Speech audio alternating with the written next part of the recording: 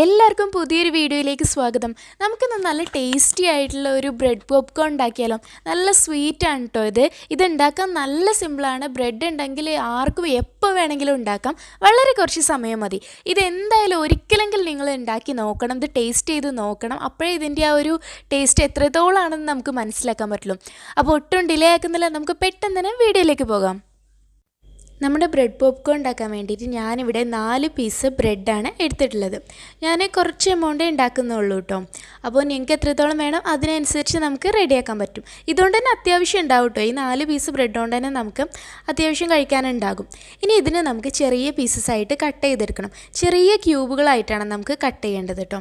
അപ്പോൾ ആദ്യം നമുക്ക് ഇതുപോലെ കട്ട് ചെയ്യാം, എന്നിട്ട് തിരിച്ചു വെച്ചിട്ടും കട്ട് ചെയ്യാം. അപ്പോൾ ഇതിൻ്റെ വലിപ്പം ഒരുപാട് കൂടണ്ട കേട്ടോ.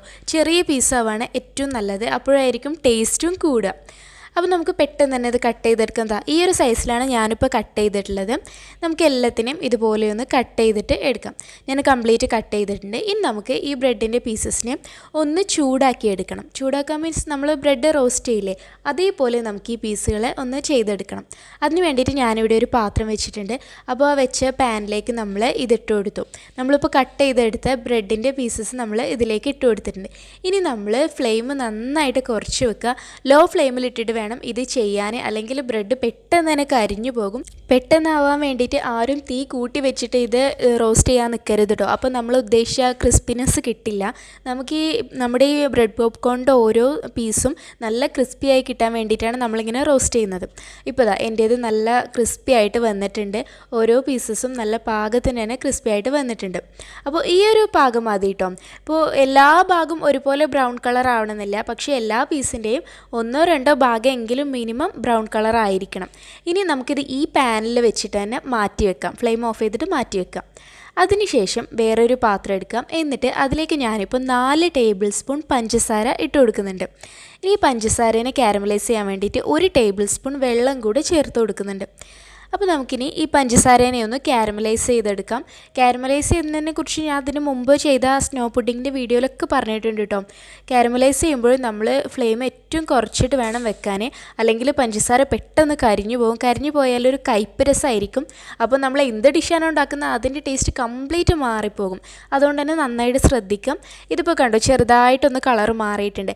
ഇത്രയും മതി കേട്ടോ. ഓവറായിട്ട് ബ്രൗൺ കളറൊന്നും നമുക്ക് വേണ്ട. ചെറിയ ഒരു ബ്രൗൺ കളർ വന്നാൽ മതി. ഇനി ഞാനിപ്പോൾ തീ ഓഫ് ചെയ്തിട്ടുണ്ട്. ഞാൻ ഫ്ലെയിം ഓഫ് ചെയ്ത ശേഷം ഇതിലേക്ക് ഒരു പീസ് ബട്ടർ ഇട്ട് കൊടുക്കണം. ഇത് ഏകദേശം ഇപ്പോൾ ഒരു ടേബിൾ സ്പൂൺ ബട്ടറൊക്കെ ഉണ്ടാവും കേട്ടോ. അപ്പോൾ ഈ വലിപ്പമുണ്ട് ഒരു പീസ് ബട്ടർ ഇതിലേക്ക് ചേർത്ത് കൊടുക്കാം. ഫ്ലെയിം ഓഫ് ചെയ്ത് വെച്ചിട്ട് ചേർത്താൽ മതി കേട്ടോ. കാരണം ഫ്ലെയിം ഓൺ ചെയ്ത് വെച്ചാൽ നമ്മുടെ കാരമലൈസ് ചെയ്ത പഞ്ചസാര വീണ്ടും കരിഞ്ഞു പോകാൻ ചാൻസ് ഉണ്ട്. അതുകൊണ്ട് തന്നെ ഫ്ലെയിം ഓഫ് ചെയ്തിട്ട് ഈ ബട്ടർ ഇട്ടിട്ട് ഒന്ന് ഇളക്കി കൊടുക്കുക. ബട്ടർ പെട്ടെന്ന് തന്നെ മെൽറ്റായിട്ട് അതിലങ്ങ് മിക്സ് ആവും. ഇനി നമ്മൾ നേരത്തെ എടുത്തു വെച്ച ബ്രെഡ് ഉണ്ടല്ലോ, നമ്മൾ റോസ്റ്റ് ചെയ്ത് വെച്ച ബ്രെഡ്, അത് ഇതിലേക്ക് പെട്ടെന്ന് ഇട്ട് കൊടുക്കാം. എന്നിട്ട് വേഗം തന്നെ ഇത് നന്നായിട്ടങ്ങ് മിക്സ് ചെയ്ത് കൊടുക്കാം.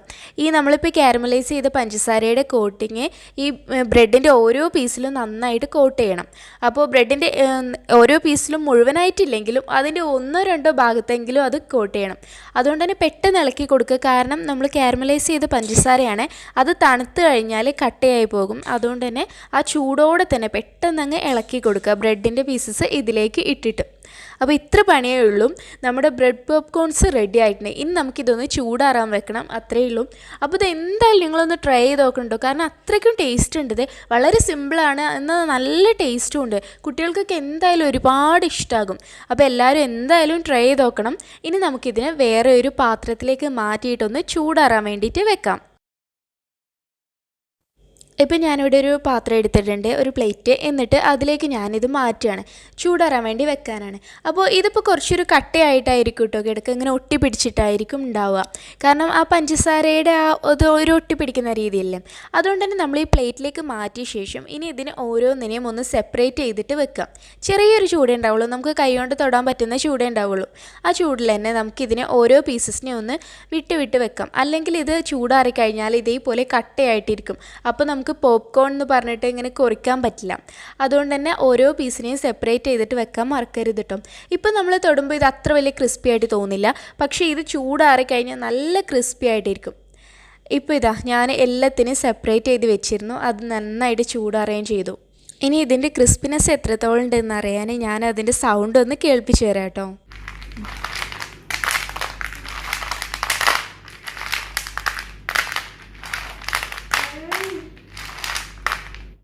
അപ്പോൾ എല്ലാവരും കേട്ടല്ലോ നമ്മുടെ ടേസ്റ്റി ബ്രെഡ് പോപ്കോൺ എത്രത്തോളം ക്രിസ്പിയാണെന്ന്. എല്ലാവരും എന്തായാലും ഒരു പ്രാവശ്യമെങ്കിലും ഒന്ന് ട്രൈ ചെയ്ത് നോക്കൂ കേട്ടോ. അതിൻ്റെ ടേസ്റ്റ് ഒന്ന് നമ്മൾ അറിയേണ്ടത് തന്നെയാണ്, അത്രയ്ക്ക് ടേസ്റ്റ്. അപ്പോൾ ഇൻഷാ അല്ലാഹ് മറ്റൊരു നല്ല വീഡിയോയിലൂടെ നമുക്ക് വീണ്ടും കാണാം.